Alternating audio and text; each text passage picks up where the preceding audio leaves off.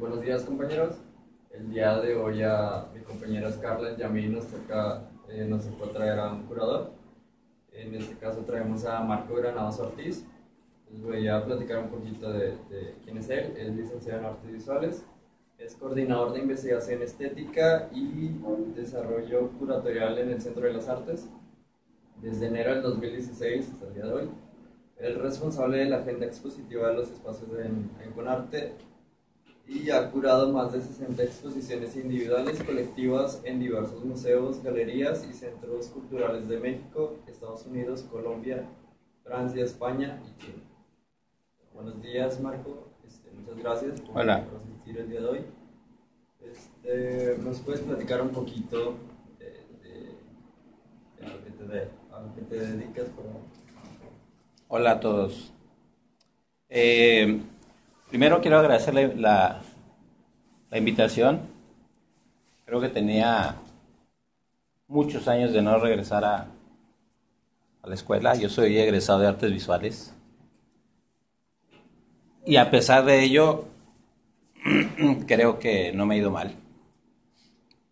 Aún a pesar de ello. ¿Qué hago yo?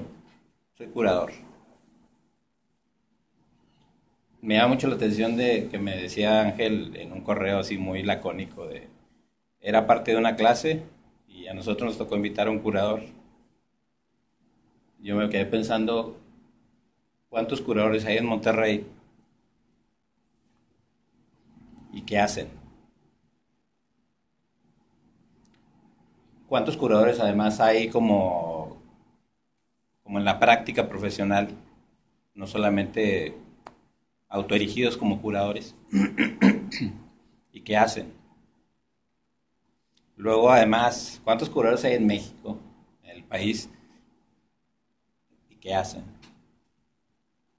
Es bien interesante y triste que en la mayoría de las ocasiones la respuesta es como muy básica. Hay muy poquitos y que hacen lo que se puede.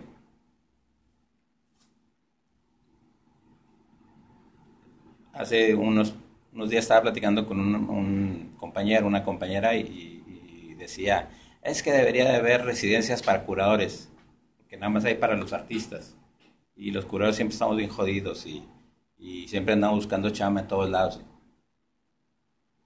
La verdad es que está bien loco porque a mí nunca me ha tocado esa suerte de ser como estar tan en el infeliciaje, pero sí creo que he corrido con alguna fortuna.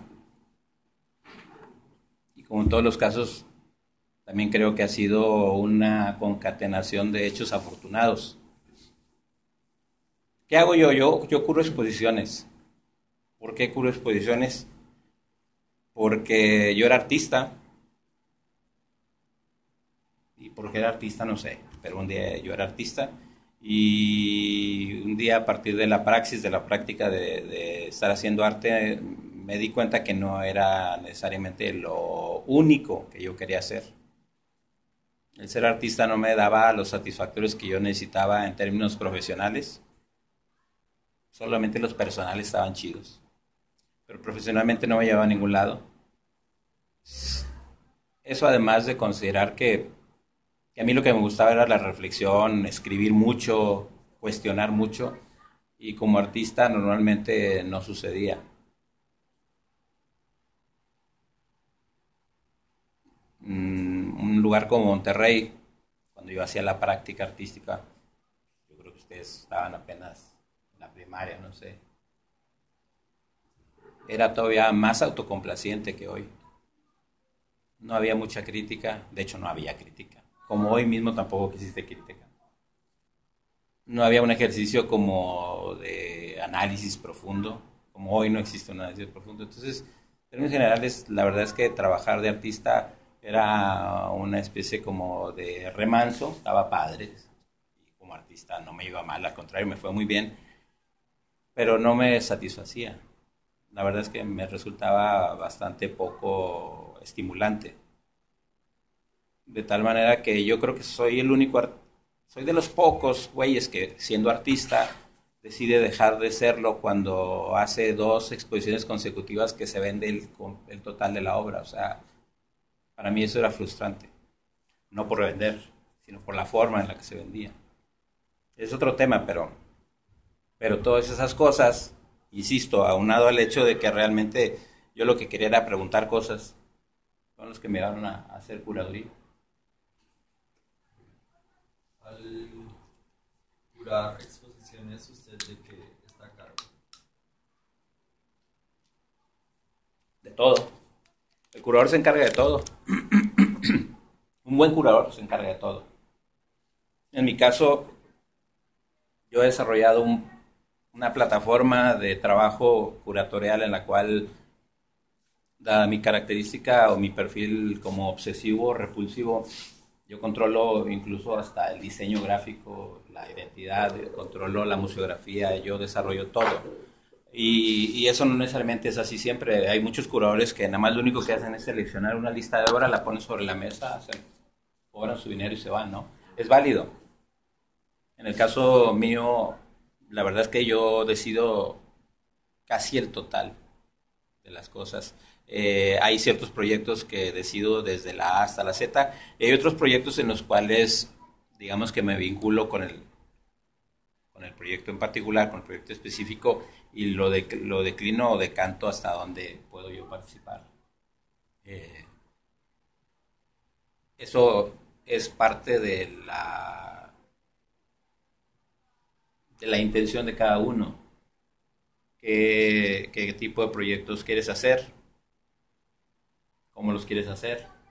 Es otro asunto también. Es decir, hoy tengo una chamba, mi trabajo es como ser el curador. Ahí el nombre es como bien elegante, investigador, ¿qué? Coordinador de investigación estética y desarrollo curatorio.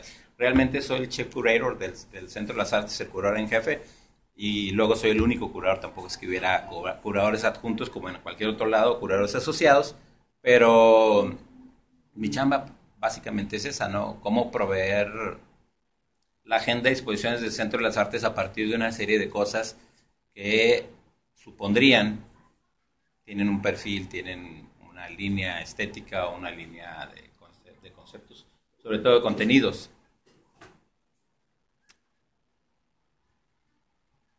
Sin embargo, yo debo aceptar, y eso es normal, que los proyectos que más me nutren o más me satisfacen a mí son los proyectos personales. Es decir, los que yo decido hacer desde el principio, y los que decido hacer incluso decido dónde, cómo y con quién hacerlos. Eh, Eso te lo da, muchas veces es un círculo bien raro, porque esos proyectos de los que te estoy hablando, de los cuales tú decides hacer, son porque o no hay nadie que te contrate, o porque tienes una idea súper clara de algo, o porque no hay otra opción más que mantenerte ocupado haciendo cosas. Y da la vuelta completamente, se completa el ciclo cuando ya estás en una institución y puedes volver a proponer eso, pero ahora ya con el sustento o el soporte justamente institucional. Y entendiendo que tienes un cierto prestigio, un cierto nombre, pues te permiten hacerlo. En el periplo, en el intermedio, pasa el hecho de huesear como cualquier otro, es decir, te piden que hagan una exposición, entonces me hablan de Tijuana, haz una exposición sobre artistas jóvenes de Tijuana. No decidí yo el tema, a mí me convoca o me invita a una institución cultural y me dan un tema, digamos, relativamente específico, y yo desarrollo a partir de mi ejercicio curatorial o de mis ideas cómo podría desarrollarse ese tema en particular. En ese periplo, insisto, pasan todos estos tipos de cosas. ¿Qué significa esto? Que para curar exposiciones es un mundo amplísimo, porque puedes hacer casi cualquier cosa. Es más, o sea, de hecho hay una frase que dice que hoy cualquier güey, todo el mundo es ya curador, DJ, ¿no? Curador, DJ o diseñador gráfico. Todo el mundo puede serlo. El rigor con el que lo haces o para qué lo haces creo que es lo único que te puede diferenciar. El perfil de proyectos que uno decide hacer creo que es el que te podría dar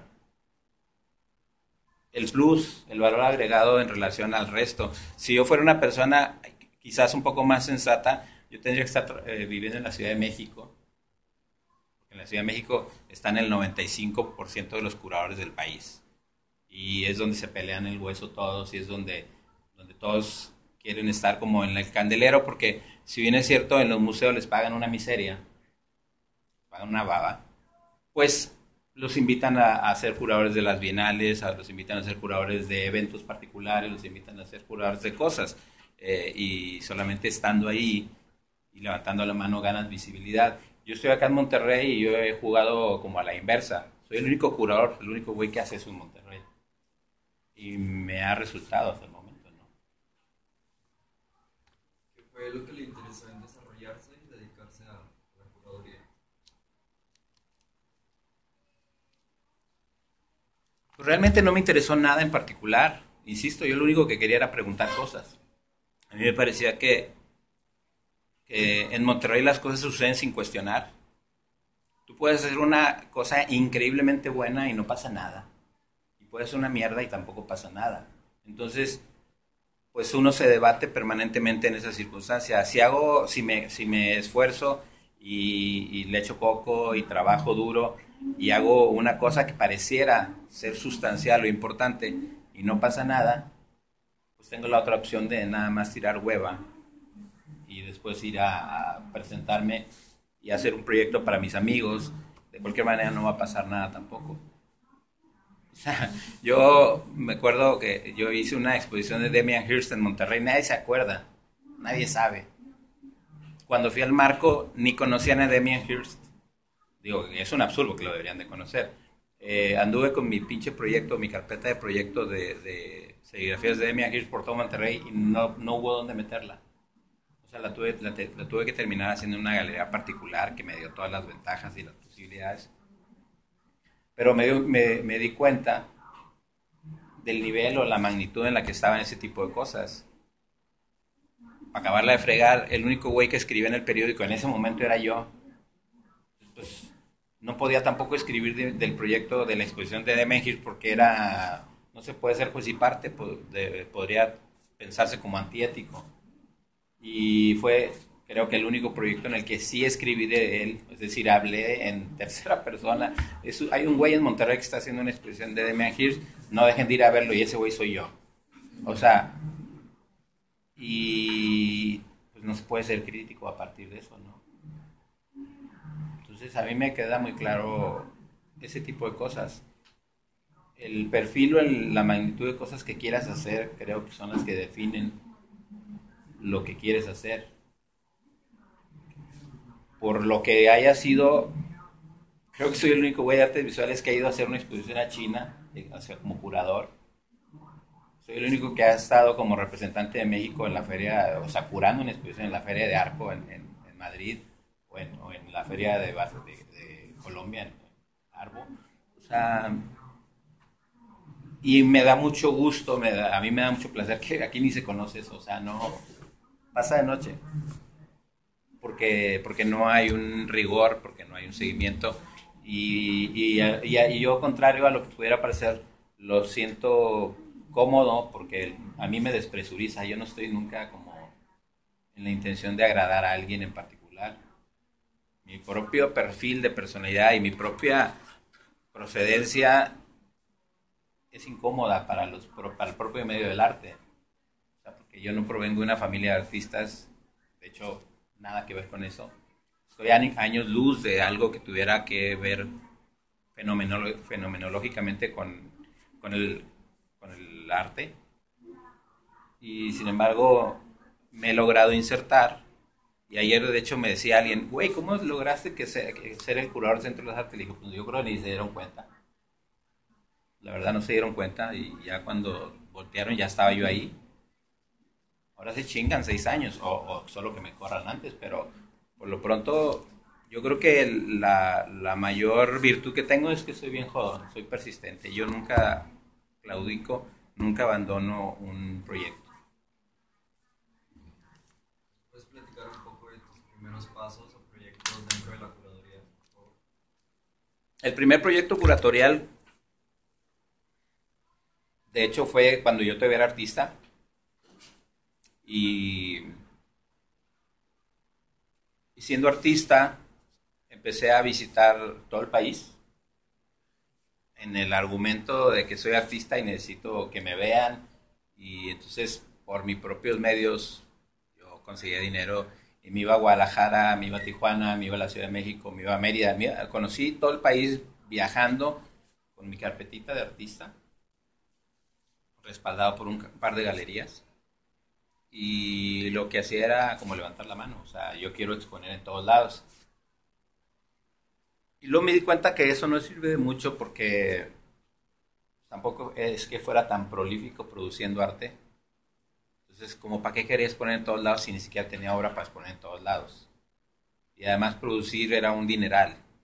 Y lo que yo hacía eran esculturas de acero inoxidable y series de fotografías de Polaroid. Entonces era un dineral gastar. Y un poco esa circunstancia, un poco propicia, me fue orillando a decir, bueno, tengo que ser más asertivo a la hora de exponer, tengo que ser más juicioso de con quién me interesaría exponer, y volteé rápidamente la hoja esa de que expones en todos lados, a todas horas, por cualquier cosa, para hacer currículum. Y luego te das cuenta que ese currículum no sirve para nada, porque cuando te inviten a un lugar interesante o regularmente bueno, todas esas 40 exposiciones que tienes se transforman en dos verdaderamente buenas, verdaderamente valiosas o estereotípicamente buenas. Y eso me enfadaba mucho. O sea, darme cuenta que por un lado ni siquiera me satisfacía del todo, y por otro lado no es que hubiera un campo como el que a mí me interesara. Y pues fue bien fácil. Dije, bueno, si no hay exposiciones como las que a mí me gustaría, en las que a mí me gustaría participar, si no hay proyectos en los cuales a mí me resultaran como seductores, atractivos, pues lo voy a hacer yo. Y me brinqué así el mostrador rápido. Y empecé a hacer como promotor, como gerente de proyectos, no necesariamente curador, pero empecé a desarrollar proyectos de todo, desde cero hasta que se hicieran.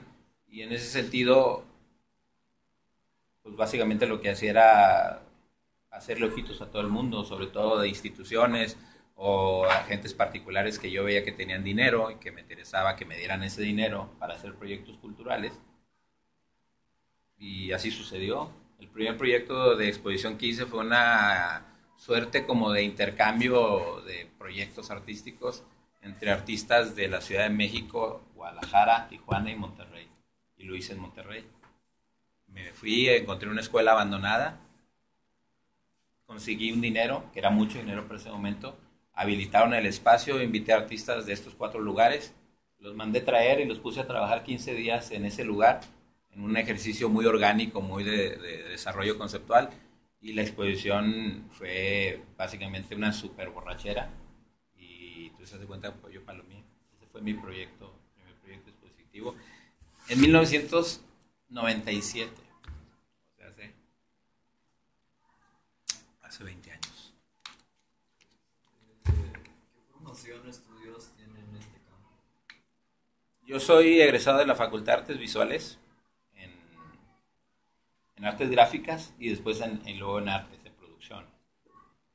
Y luego me fui a trabajar a la Ciudad de México y me tocó en suerte que había un proyecto de especialización en curaduría que proveía Bard College, una escuela en la ciudad de Nueva York, eh, que estaba haciendo en colaboración con el Museo Carrillo Gil, en el cual yo trabajaba, y el Carrillo Gil me becó. Entonces hice la especialización en curaduría, que en ese momento no había maestrías en curaduría. Entonces yo me fui a estudiar a la Ciudad de México y eran módulos de 2 meses, 2 meses en la Ciudad de México, 2 meses en Nueva York, iba y venía y terminé, y esa es mi especialización. Después se supone que yo tendría que haber estudiado una maestría. La verdad es que ya no me interesó.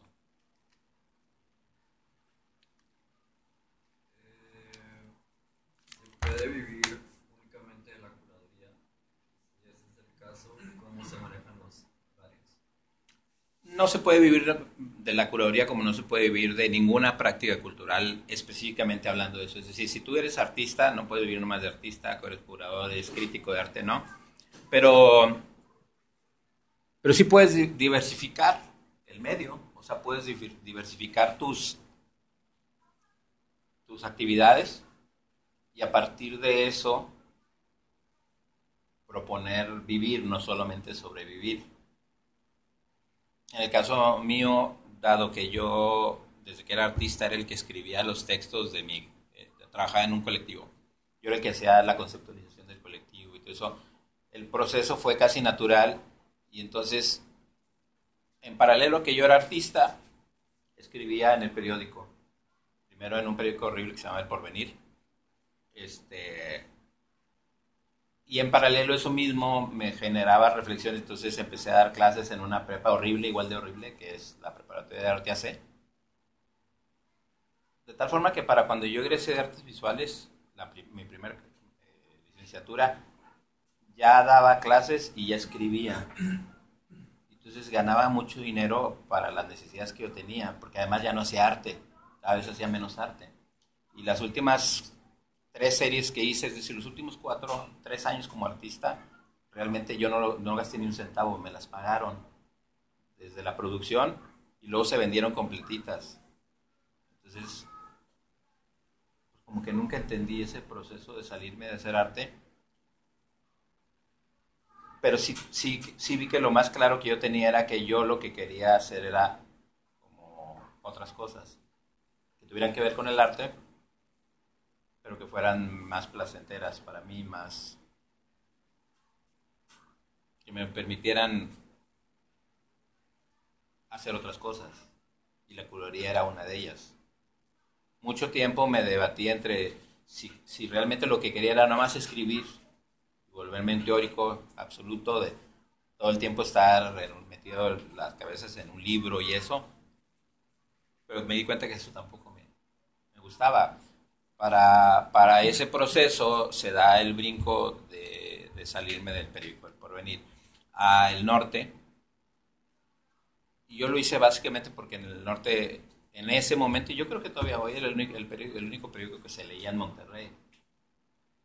Entonces, cuando yo tuve la entrevista, fue lo que le dije al cuate, o sea, realmente yo quiero escribir en El Norte no porque me interese ni me gusta, El Norte no me gusta, su perfil es súper conservador, ultraderechista, bien rancio, pero es el único periódico que se lee. Entonces yo quiero escribir en el único lugar donde asegure que al menos alguien me va a leer. Y es increíble porque todavía al día de hoy ni siquiera Perspectivo, que había un chingo de gente que sí me leía, era muchísima gente la que leía el periódico, y la gente me leía y después me conocía y decía, güey, qué mala onda, yo pensé que era alguien interesante, importante. No, pues era yo el que escribía en el periódico. ¿Qué pasa con esto? Que uno se tiene que dar mañas.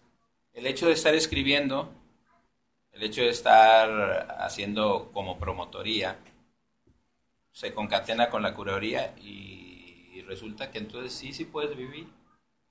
O sea, yo he sido tan insensato como para nunca haber trabajado en una empresa más de 5 años consecutivos. En ningún lado he trabajado más de 5 años consecutivos.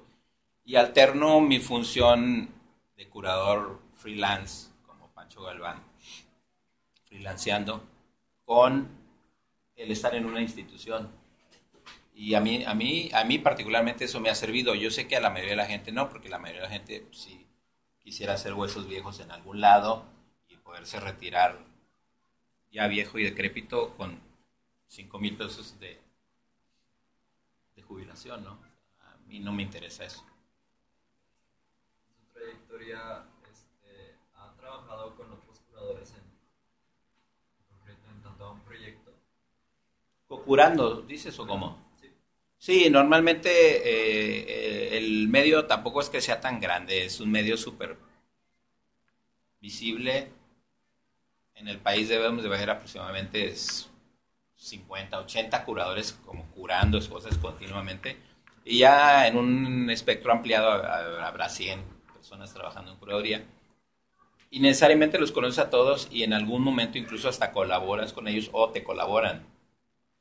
Y sí he colaborado con con algunos, pero honestamente es que a mí no me interesa eso. A mí me gusta generar mis proyectos solo y morirme solo. O sea, no me interesa. eh, Incluso tiene que ver con el hecho de que yo soy muy respetuoso de las ideas de los demás. Entonces, si tú tienes una idea y es maravillosa, pues hazla tú solo. No me pidas ayuda porque no soy la mejor persona. Entonces, ¿consideraría usted que trabajar con otro curador es algo difícil? Hacer cualquier cosa con otra persona es súper difícil. Es antinatural. O sea, hacer cualquier cosa contigo mismo es lo mejor que te puede pasar.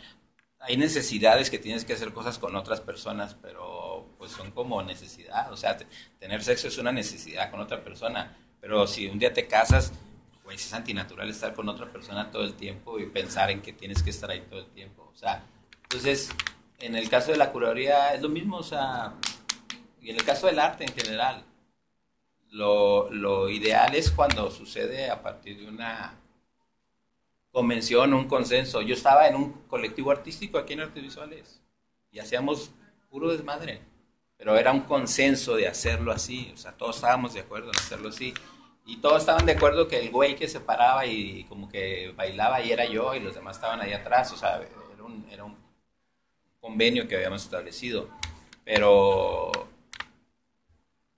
dado que se trata de ego, normalmente no va a funcionar. O sea, el ego no te va a permitir que las cosas funcionen adecuadamente si hay una competencia, ¿no? En la elaboración de un proyecto, ¿usted selecciona a los artistas o los artistas vienen a usted? Hace rato lo mencionaba, si tú pones una especie como de línea en la cual estableces una serie de parámetros, hay todo tipo de proyectos. Hay desde los proyectos que te hablan para decirte, tengo esto, lo quieres hacer, o los proyectos que dicen, yo tengo esto y lo quiero hacer, o los proyectos que dicen, yo los voy a hacer independientemente de cualquier cosa. Cuando tú trabajas como una exposición individual, y si eres curador y te lo tomas en serio, cada vez va a ser más difícil, porque pues, lo ideal es pensar en que, como en cualquier práctica profesional, tu proceso es evolutivo, es de crecimiento. Y entonces, si tú vas creciendo como curador, no es mal pedo, pero pues, tú quisieras sí, que los gentes con las cuales estás colaborando también estén en ese proceso de crecimiento. Y entonces, si a mí un día hoy me busca un artista, pues yo sí soy muy requisitoso a la hora de decidir si quiero o no trabajar con él. Yo prefiero que sea al revés, yo andarlos persiguiendo y cazando. Yo veo a un artista y lo atraigo hacia mí y decido que proponerle un proyecto. Y normalmente es así. Cuando es una colectiva, pues es distinto porque siempre existe la bondad del número. Entonces, pues, te traes un proyecto de hablar de botellas de agua y entonces invitas a 50 artistas que hablan de botellas de agua. O sea, como que lo manejas más cool. Pero los proyectos más padres son los proyectos que tú generas a partir de encontrar algo que te resulta del todo atractivo. Ahora, es bien loco porque quizás mis proyectos, que a mí los que particularmente me han gustado y más me han llenado, ni siquiera son de arte. O sea, no son de arte contemporáneo como uno los tiene conceptualizados, sino han sido proyectos que están muchísimo más cerca a lo antropológico, a lo social. Y eso tiene que ver con mi perfil de intereses. O sea, el proyecto que más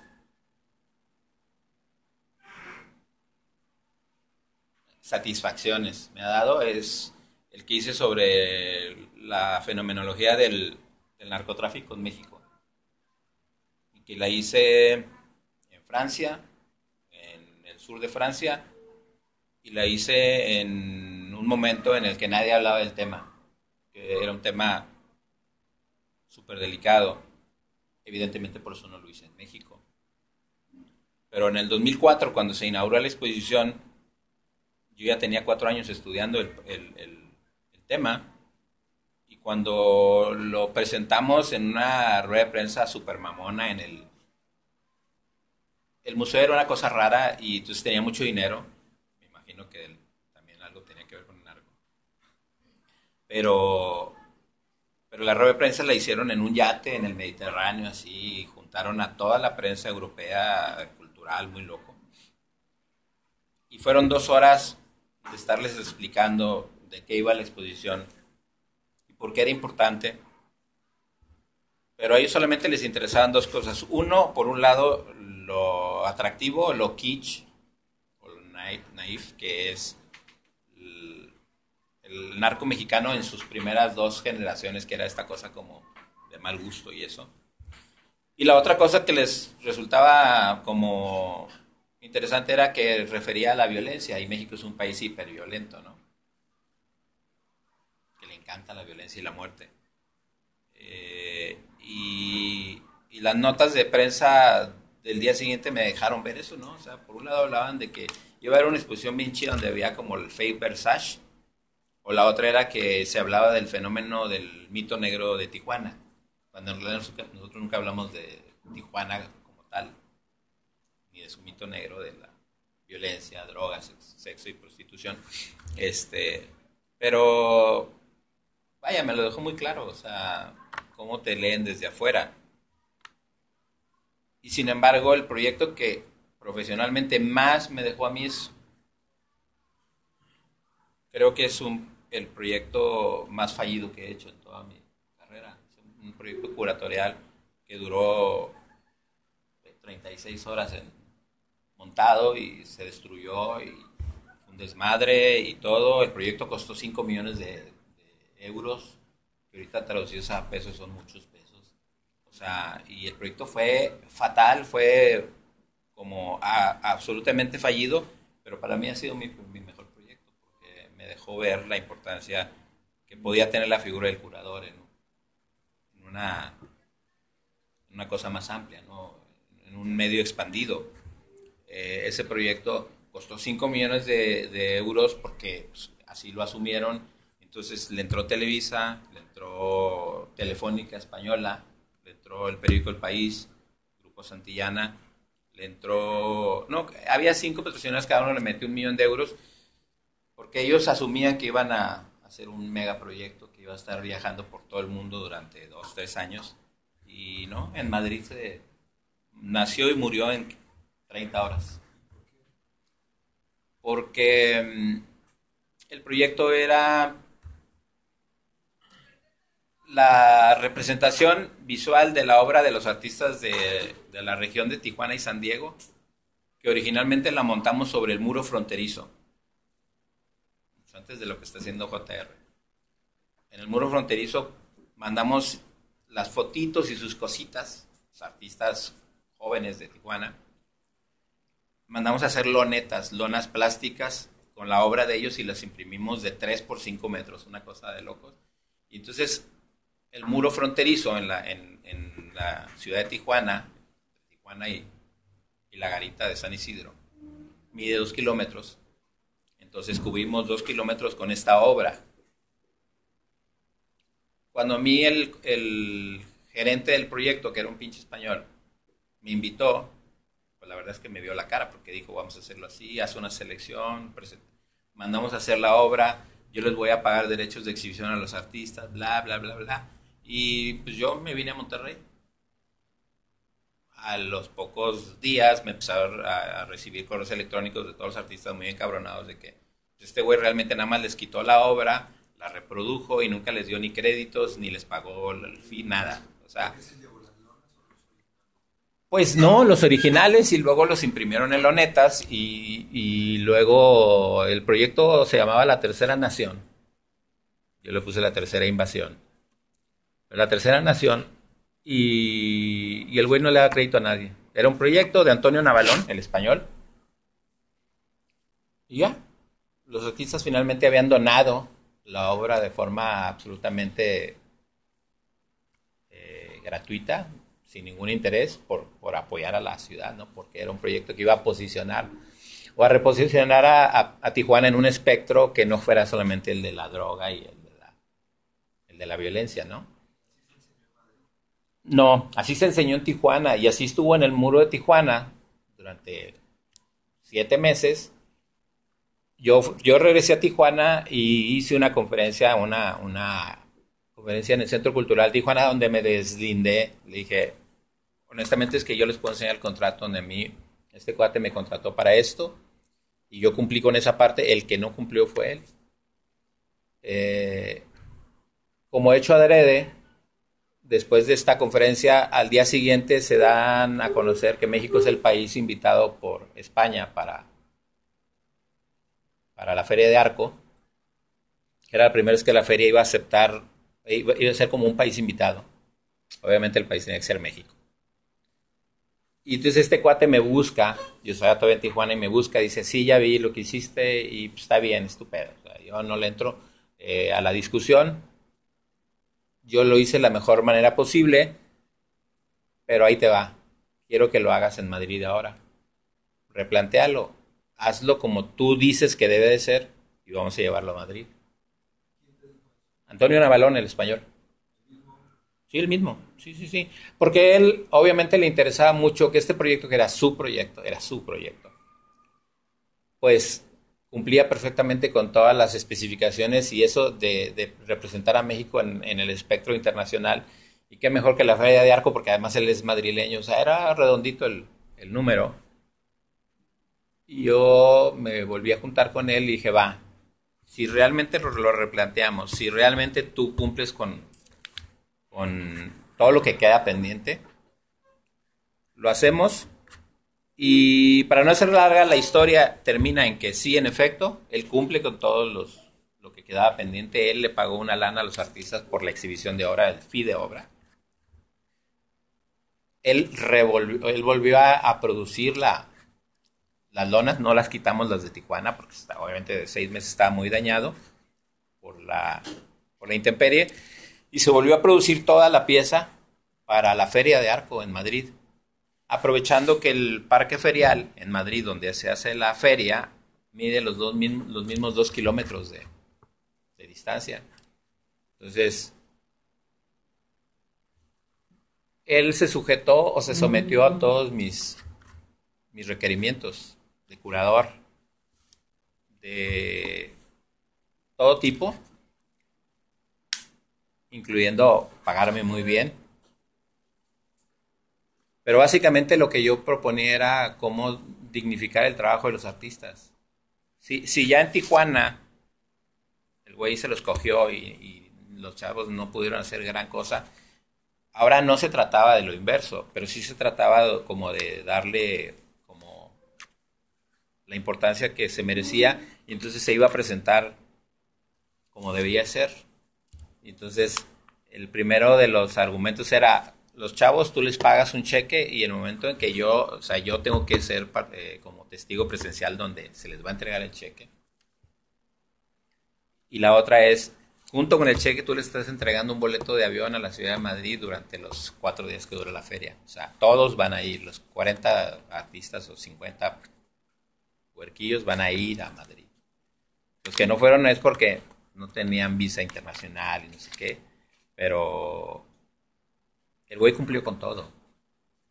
O sea, cumplió con todo en esa parte, en como despresudizar y hacer que el proyecto se fuera a Madrid, pero se quedó siempre como hacia adentro del proyecto que había una pugna entre él y yo como curador. Él como el gerente del proyecto o como el patrocinador, el sponsor, y él no lo supo manejar. O sea, para él era como, yo lo voy a hacer y así como ya utilicé estos vatos, ahora también te voy a utilizar a ti. Obviamente no sabía cómo trabajo yo. Y la historia termina en que hay como una pelea a gritos, casi física, de los artistas reclamándole al cuate español todos los maltratos que les hizo durante su estadía en Tijuana. Y el güey diciéndole, pues sí, pendejos, pero están en Madrid, no están viendo que están en un hotel de lujo. Y entonces, o sea, ¿sabes? O sea, restregándoles en la cara eso. Y los artistas amenazando con retirar su obra. Y él diciendo que los iba a demandar, ¿sabes? O sea, muy padre todo ese rollo. Y yo en medio así como que, ¿qué onda? Pues no hubo ni necesidad porque llegaron todos los locos. 40 tijuanenses en Madrid, era una locura. Y como he hecho adrede, el día antes de la inauguración, que fue el día que nos dejaban montar la pieza porque era en el parque ferial, trabajo en el exterior, no se puede hacer con tiempo, explota un coche bomba a 1 kilómetro de donde estábamos trabajando. Y en la explosión del coche bomba llega la Guardia Nacional y nos requisan, nos recogen todo el material. Los teníamos en unos tubos gigantescos donde estaba enrollado todo la obra impresa y se lo llevan. Entonces a 24 horas de la inauguración tuve que ir a la comisaría y explicarles y decirles que me regresaran mis cosas. Y después de 6, 7 horas me regresaron los tubos, regresamos a trabajar, pero de los 2 kilómetros me regresaron la mitad nada más. O sea, pues porque se perdió lo demás. Así tal cual. No están los tubos, se perdieron. Y aún así nosotros regresamos y los empezamos a montar sobre el exterior del parque ferial. En la noche de la inauguración sucede este hecho de como de crispamiento completo, todos contra todos. Y la inauguración de la pieza tal cual era al día siguiente, después de la feria, a las 11 de la mañana. Obviamente todo el mundo estaba muy violento. Y eso te llevó a que todo el mundo en la madrugada estuviera muy borrachos. Muy borrachos. Y al día siguiente que llegaron todos muy crudos, muy crudos. Lo que se encontraron fue que toda la barda perimetral, alguien con un exacto había cortado la obra. El kilómetro de pieza que se había alcanzado a montar lo cortaron con un cúter. Entonces lo único que había era un pedazo colgando y el demás en el piso. Estaba muy padre. Y entonces lo que hicimos fue llamar a rueda de prensa, ahí mismo, pusimos una mesa, y aprovechando que estaba la prensa internacional, dijimos que qué padre, esa pieza tenía ya para ese momento casi 7 meses exhibiéndose en Tijuana, la ciudad más violenta, más salvaje, más como extrema del mundo, y a la pieza no le había pasado nada, estaba en perfecto estado, más que obviamente lo afectado por las condiciones climáticas, pero la ciudad la había asumido y le había encantado. Y en Madrid, una ciudad de primer mundo maravillosa, no sabes, de la Comunidad Europea, eso, en 24 horas había explotado un pinche coche bomba. Nos habían robado la mitad de la pieza y el resto la habían tasajeado. Y salió en todos los periódicos, ¿no? Lo padre fue que la noche anterior, en esta cena de negros, el cuate como su última, como su as bajo la manga era, no la hagan de pedo, porque pues, al final ya como quiera ustedes ya están aquí, al final la obra ya está aquí, y esta obra, dado que habla de los muros, el arte contra los muros, yo la voy a llevar a todos los lugares del mundo donde ha habido un muro que divide, ¿no? Obviamente el muro en Alemania, entre las Alemanias, el muro en Israel, en todos los lugares donde ha habido un muro, el güey iba a llegar con sus tubotes y los iban a poner, iba a aparecer el arte de Tijuana por todo el mundo hablando de la liberación y el arte como un método de expiación de culpas y no sé qué. O sea, y era real, él sí tenía ese plan. Todo lo que concatenó la reyerta, la disputa, el daño, el robo, incluyendo el coche bomba, detonó el proyecto y lo mató. Entonces, para mí, yo dije, wow, qué maravilla. Obviamente, en la madrugada, o sea, esa mañana, después de todo, pues ya no hubo una inauguración porque no había nada que inaugurar. Pero sí teníamos una comida de lujo con invitados especiales. el secretario de Educación de México y todo, así, una cosa obscena. Y yo lo único que sabía es que allá en el castillito donde iban a hacer el evento, me estaban esperando unos güeyes para golpearme. O sea, dije, mira, qué padre. Sí, obviamente el español estaba muy encabronado. Y había puesto unos changuitos esperándome para golpearme, ¿no? Entonces, tú dices, wow, qué maravilla. O sea, ¿por qué? Porque ahí hay muchos intereses. En ese punto hay muchos intereses. Entonces, no fui yo, fue la circunstancia la que hizo que pinche Televisa perdiera 1 millón de euros y el periódico El País y Telefónica y todo. Es un proyecto carísimo que duró menos de 24 horas. Yo lo leo maravillosamente porque en realidad todo se detona de mi intención de que todo el mundo debe ser respetado en esto. O sea, cuando yo digo que como curador siempre mi primer interés es que el artista sea el centro de todo, es verdad. Siempre ha sido así. Yo no tendría chamba si no hubiera artistas. Los museos no tendrían que exhibir si no hubiera trabajo artístico. O si no hubiera como material de trabajo, materia prima.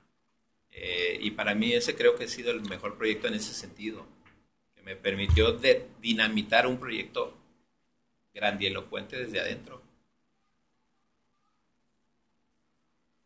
O sea, fue un fracaso absoluto como proyecto, pero para mí es una maravilla. No, este era sobre el arte, ese era otro.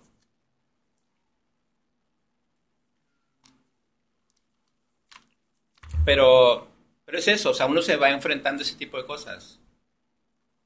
En el marco, un día escribí que la verdad es que el marco estaba muy mal, como estar mal otra vez. Y que yo, humildemente, poco humildemente, le sugería que lo hicieran en un hotel boutique ya. O sea, está chido como un hotel boutique. Y me acuerdo que estaba en Londres y recibí una llamada un domingo en la mediodía, era la mañana aquí, y era Nina Zambrano, la directora, muy molesta, muy, muy molesta y con razón. O sea, acusándome que yo era un irresponsable, de que era, pues, muchas cosas, ninguna grata. Y que ella y el Consejo de Administración y mucha gente le ha metido mucho dinero, le había metido mucho dinero a ese museo hasta entonces. Y que yo no podía nada más ir por el mundo escribiendo, ni siquiera desde México, así como una columna donde decía que era una mierda el museo. Y yo creo que, para no variar, estaba crudo. Y le dije, Nina, lee bien. O sea, yo lo único que estoy cuestionando es la agenda de exposiciones del museo. El museo es una maravilla, pero su agenda de exposiciones es horrenda. Es que la agenda es lo que la gente pide. Le dije, no, es que los museos no sean para hacer lo que la gente pide. Y bueno, el asunto es que terminó colgándome el teléfono y diciendo que mientras ella estuviera ahí, jamás en la historia yo iba a tener un proyecto de exposición en el marco. Y pues no. Hace 3, 4 años me hablaron para hacer una exposición. Y el tema iba porque yo hice una exposición que hablaba sobre la frontera. Y para ellos la frontera era como este hecho geográfico, una delimitación como tiempo y espacio. Y yo les decía que no, que para mí me gustaría mucho explorar la frontera, sí, como un concepto. Pero tomé como punto de partida a los Dreamers, ¿no? Hace 4 o 5 años. El tema estaba como por resolverse. Y yo decía que era bien importante que el gobierno mexicano tenía que apuntalar eso porque estaba a nada de caerse. Contrario a lo que parecía y que Obama era supuestamente buena onda, Obama era puro rollo, pero bueno, el asunto era que había un espectro como de benevolencia en relación al término y no por nada, ni gratuitamente, ese mismo año, el personaje del año en la revista Time es una dreamer, es una morra que luchaba por la legalización o de toda esta gente en Arizona y eso. a mí me dejaba muchas dudas eso. Y yo lo que proponía era eso, ¿por qué no se hace una reflexión amplia y profunda? Pues ya no fue necesario, ya ahora Trump llegó y tumbó todo, ¿no? Entonces esa grandilocuencia de que en el proceso de 5 años se van a legalizar 16 millones de ilegales, residentes ilegales en los Estados Unidos, pues ya se fue al carajo. Porque no hay nadie o sea, como que ponga atención a los temas verdaderamente importantes. Mi argumento era, ok, quieren hablar de la frontera, pero vamos a hablar del tema no nada más como de los espaldas mojadas, vamos a hablar del tema real, de cómo la migración ya sucedió y cómo aún dentro de esa circunstancia hay un ejercicio de poder brutal, que la gente se queda con los que están tratando de cruzar por el desierto de Arizona y se mueren. O sea, no, ahí eso no es lo grave es que ya hay 16 millones de güeyes viviendo en el otro país sin ninguna prestación, sin ninguna, ¿sabes? O sea, ya no necesitan que vaya nadie más de aquí porque ya tienen todos los suficientes allá. Entonces, eso me ha pasado. O sea, un poco regresando a una pregunta que hice hace rato, yo creo que si alguien hace cosas en el mundo del arte, tienen que ser para algo, y tienen que ser útiles, y tienen que estar proponiendo algo. Si lo haces nada más como por el puro onanismo de hacerlo, pues está bien, pero no jala, no sirve para nada. Creo yo que hoy día yo ya tengo muy claro qué cosas quiero hacer personales y qué temas son los que me interesa mucho reflexionar a la hora de proponer como ejercicios curatoriales. No es muy fácil que te los acepten, no es muy fácil, pero pues yo tengo la gran ventaja de que tengo un sueldo. Se puede vivir bien. Es que no sé qué es vivir bien. O sea, ¿cuál es el sueldo que alguien debería tener? Pues no sé. O sea, yo sé cuál es mi sueldo pues, y no me disgusta. Pero, pero ese mismo sueldo lo tenía hace 4 años en San Pedro cuando era el director de espacios culturales. Y el alcalde era tan imbécil, y los diputados eran tan imbéciles, y los regidores eran tan imbéciles que ni siquiera ese sueldo era suficiente para que yo aceptara estar ahí. Y renuncié.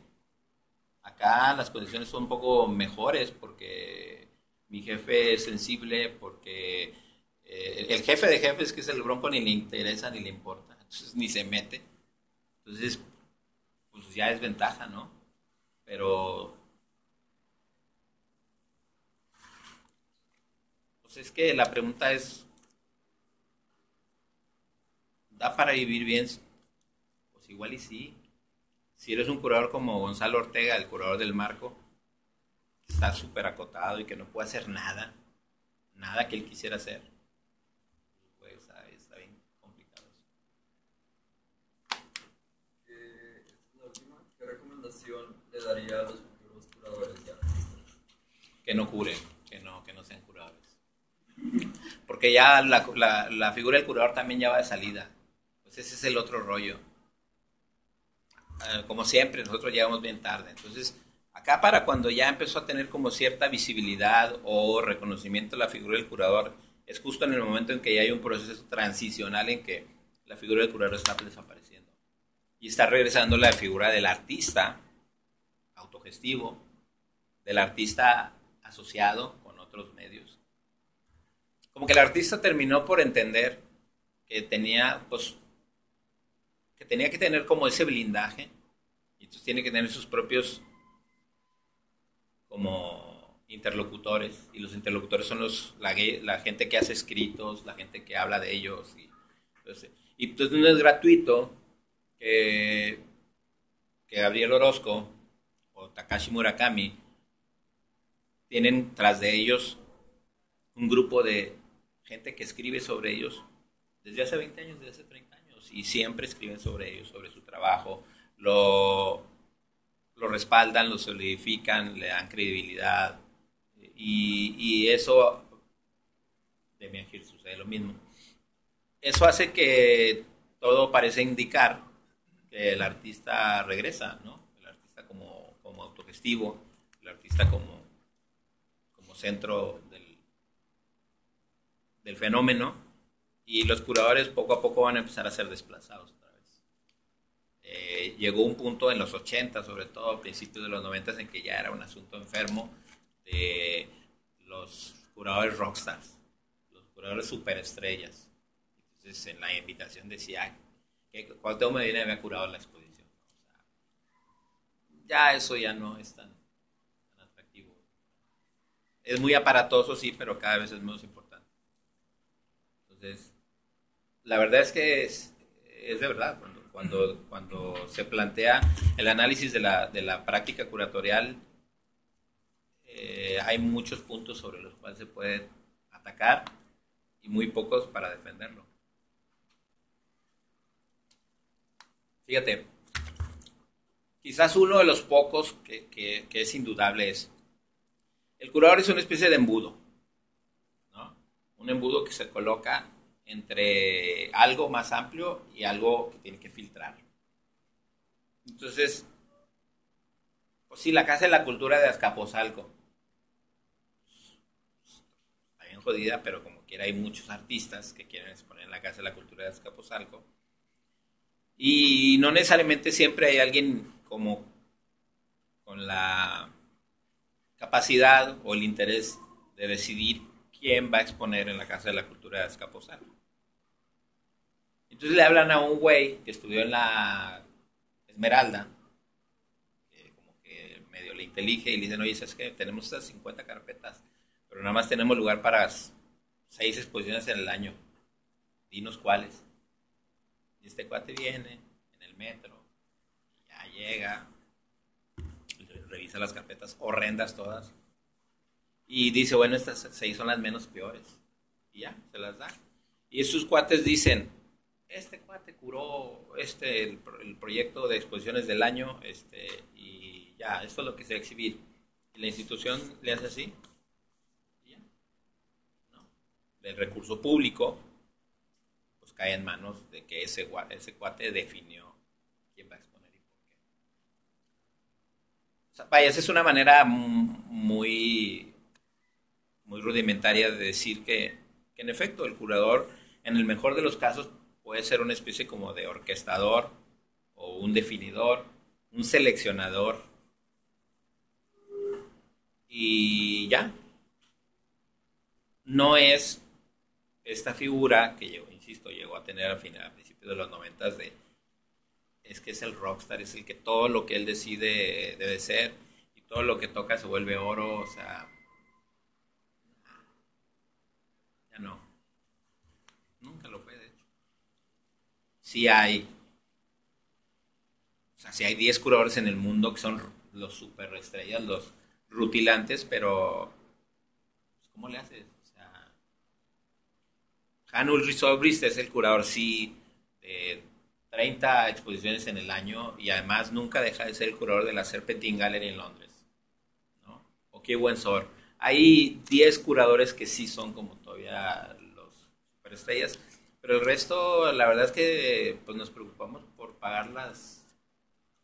A mí me cortaron el gas hace poquito porque se me olvidó pagarlo. O sea, entonces, yo estoy seguro que a Henry Solvit no le cortan el gas porque el güey tiene a alguien que lo pague. O sea, yo regresé de una vez que hice una exposición en Londres, y regresé, y al día siguiente estaba nadando el baño en mi casa yo. O sea, estaba bien chido, acordándome, ¿no?, de los pubs ingleses y las morras en Escocia que ladran. Pero yo estaba lavando el baño en mi casa. O sea, tampoco es como para vanagloriarte de algo que no es. Entonces, la práctica curatorial es una chamba. Ahora alguien del salón tiene alguna pregunta o duda.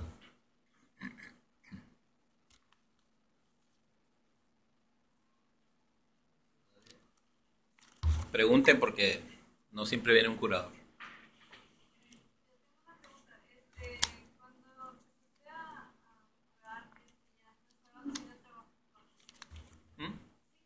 Sí, el desfase fue como lento y doloroso. O sea, entre dejar de ser artista, seguía siendo artista, ya escribía, ya daba clases y empecé a curar. Fue un proceso como de 3 años. Eh, es real que cuando yo hice mi última exposición como artista en una galería de unos franceses que tenían aquí en Monterrey, mi penúltima exposición me fue súper bien. Y entonces eso me fue súper bien, es decir, que la vendí toda. Eso para mí fue como... me conflictuó, porque yo decía, bueno, es que sí me gusta mucho como pensar y reflexionar y proponer la idea de hacer exposiciones ideales, pero acá no me está yendo mal. O sea,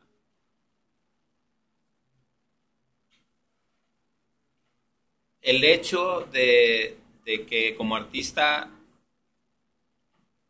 me iba muy bien en lo económico, pero no me iba nada bien en lo conceptual, fue lo que me hizo que yo dejara de hacerlo. Pero no, sí, sí estuve al menos 3 o 4 años en ese proceso de desintoxicación de la práctica artística.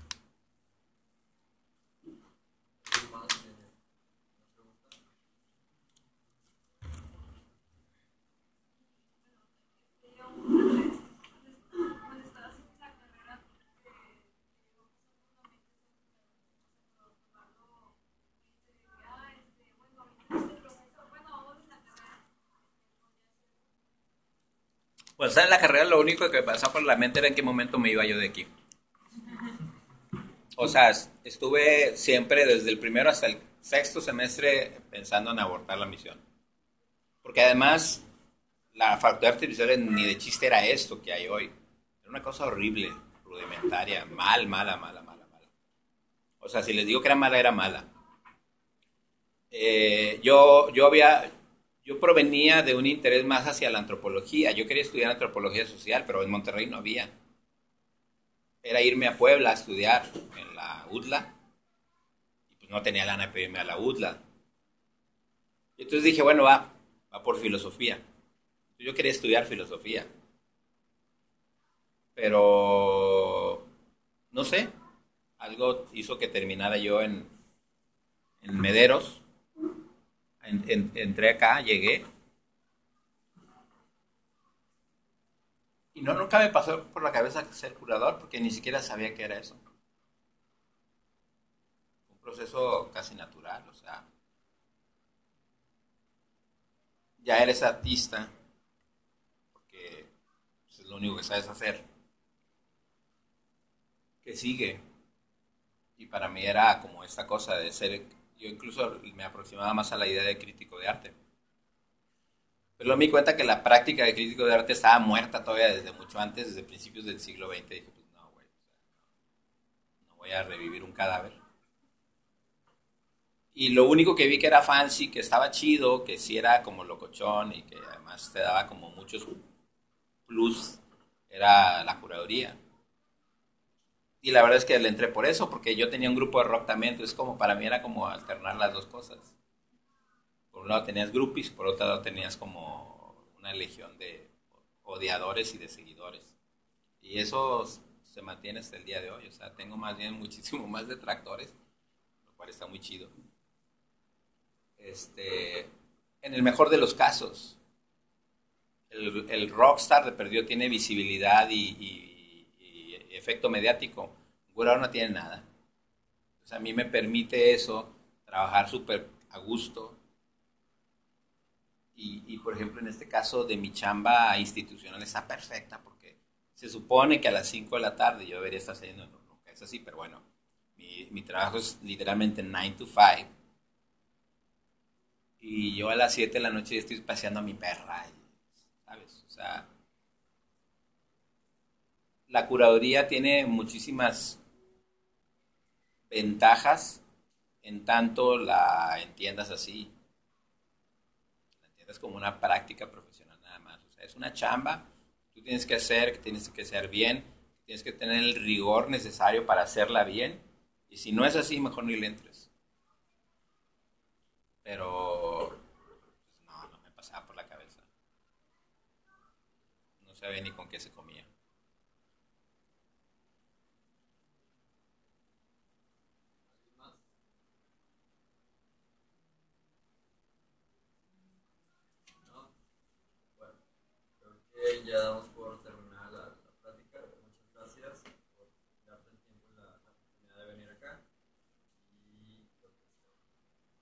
Gracias.